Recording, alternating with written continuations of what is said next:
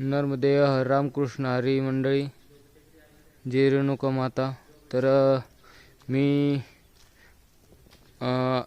या आश्रमवरती रात्री विश्रामासाठी थांबलो होतो. आता पुढे प्रस्थान करत आहे. नर्मदे हर.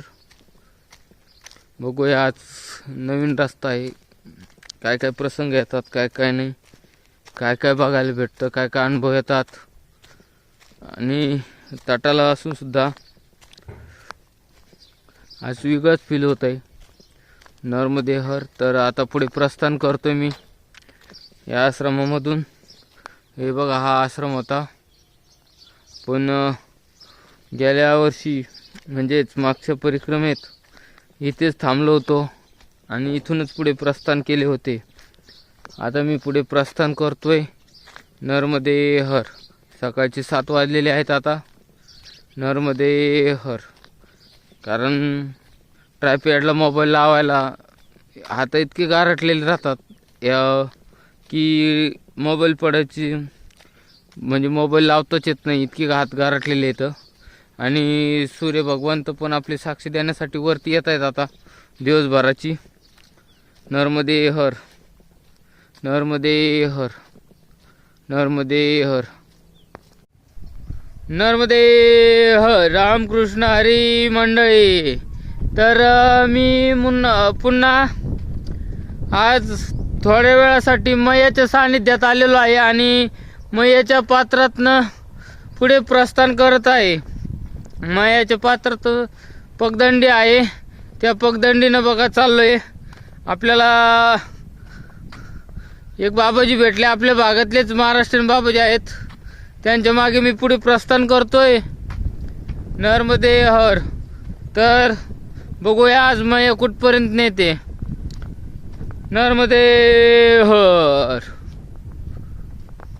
रामकृष्ण हरी. तर मी चाललो आहे मैयाच्या एकदम कडेने चाललो. बघा, माझ्या उजव्या हाताला मैया आहे आणि मैयामधून येणारी उच्चदायी हवा चालायला प्रेरणा देत आहे. आणि मैयाच्या किनारी चालताना एकदम मस्त फ्रेश वाटतं, उत्साह वाढतो चालण्याचा.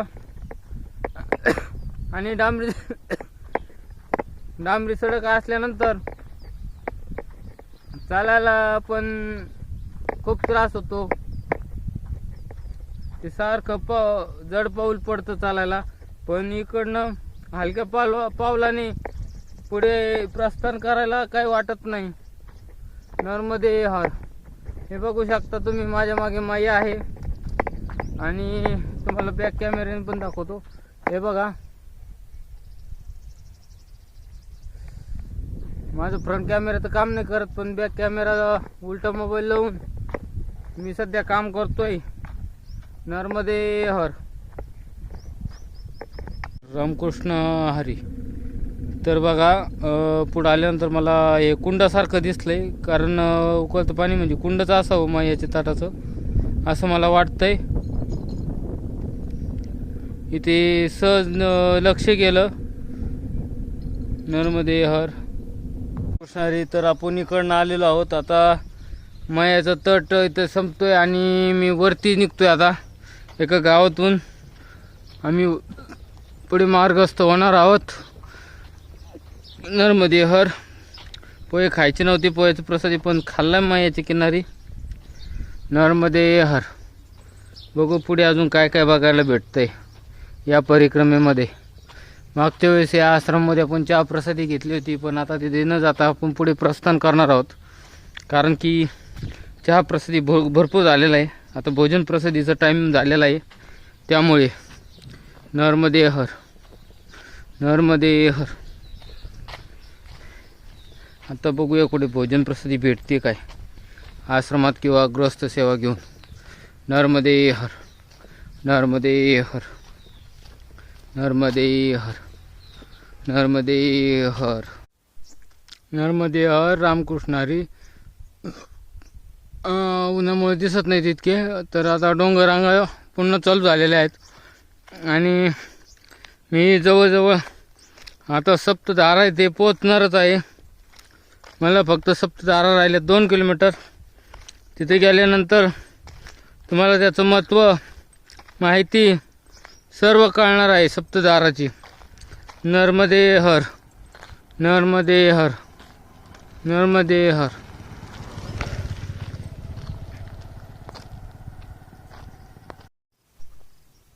नर्मदे हर रामकृष्ण हरी. तर इथील व्ह्यू छान वाटला म्हणून मी थोडासा व्ह्यू घेतलाय. आता मी अजून सप्तधारेपाशी पोहोचलेलो नाही, थोड्याच वेळात पोहोचणारच आहे सप्तधारेपाशी. नर्मदे हर, नर्मदे हर, नर्मदे हर रामकृष्ण हरी.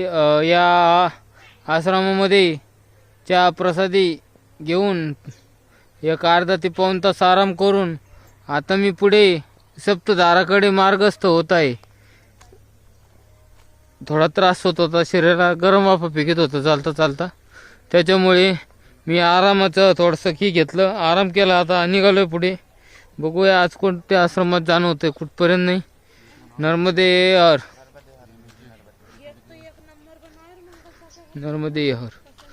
तर आता थोड्याच वेळात आपल्याला सप्तधारा बघायला मिळणार आहेत आणि त्याचं महत्त्वही सांगतो कशामुळे सप्तधारा निर्माण झाल्यात.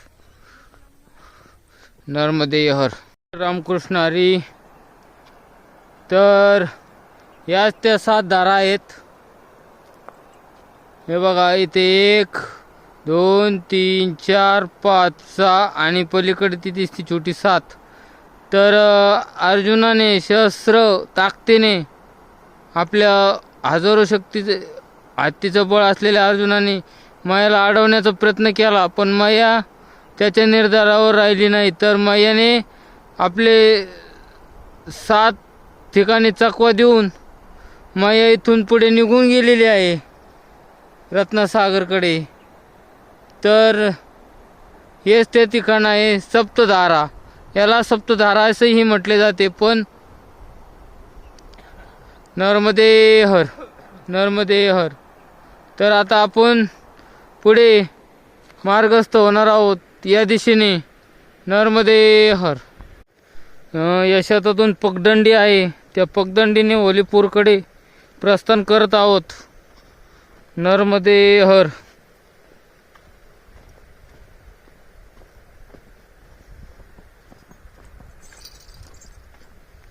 नर्मदे हर. तर अशा मार्गाने आपण पुढे प्रस्थान करतोय.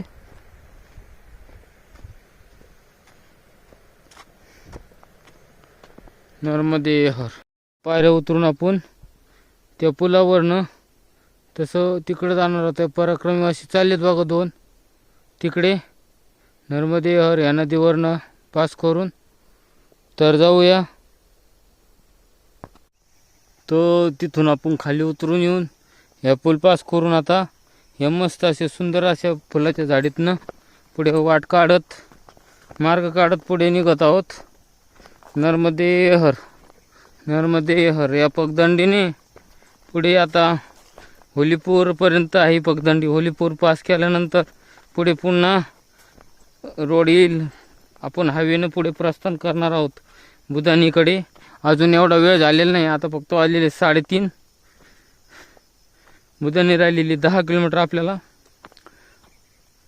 10 किलोमीटर आपण जाणारच आहोत. आता हा चढतोय.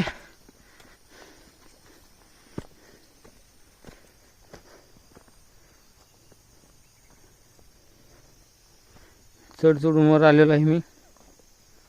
आता या शेतातल्या पगदंडींवरती चाललोय. नर्मदे हर, नर्मदे हर, नर्मदे हर. रामकृष्ण हरी. तर पगदंडीनंतर पुन्हा असा डांबरी सडक लागलेला आहे, सॉरी सिमेंटचा.